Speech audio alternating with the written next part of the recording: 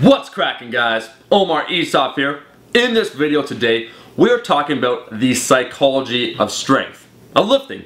Because if you want to become stronger, there's two aspects. What you do in the gym and how you approach the gym, the mental game. These tips I'm going to share with you are very powerful because when applied correctly, they will immediately help with your lifting. Here's what I mean. When I see a lot of guys lift, they don't commit to the lift. That's my number one tip. I've been saying it for quite some time. But they get scared, right? It's a new PR they're going for. They get that fight or flight syndrome where they're unsure of themselves and they start getting scared. They doubt themselves. And when that happens, it's going to compromise the lift because you're not giving max effort. You're too concerned about whether or not you got it, pulling a Hamlet, to lift or not to lift. You don't exert yourself, you won't get the lift. You're already predetermining what's going to happen, your outcome.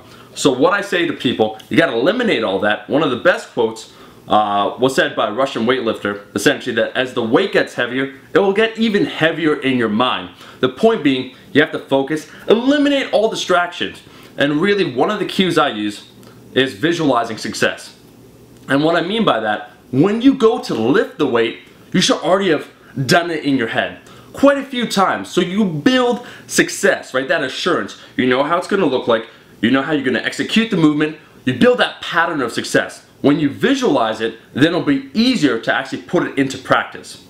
And when I talk about overall strength, I can really say one big factor for myself has been training with stronger people.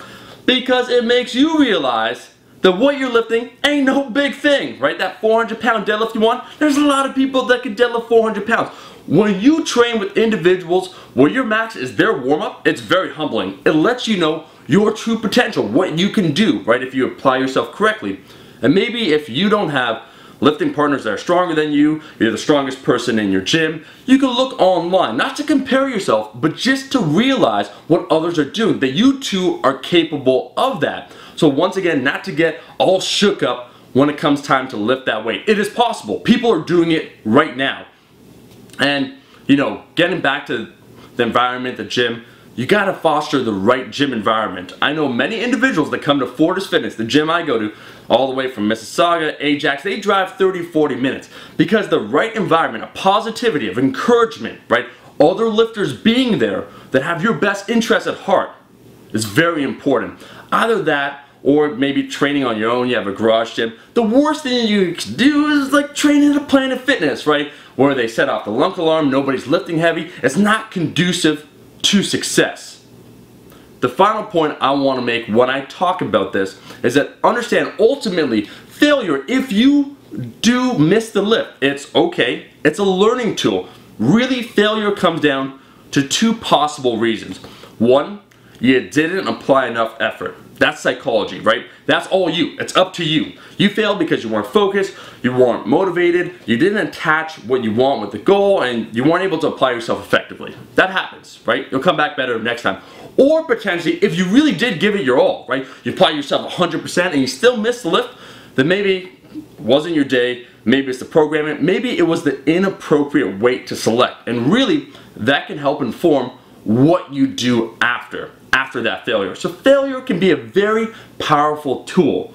These kind of tips, this psychological game, how you approach the weight, will largely determine your success when it comes to strength and weightlifting in general. If you apply some of these tips, you should find that things become easier because we all have to get over this, right? Understanding that our goals are in fact achievable and what we need to do in order to get them.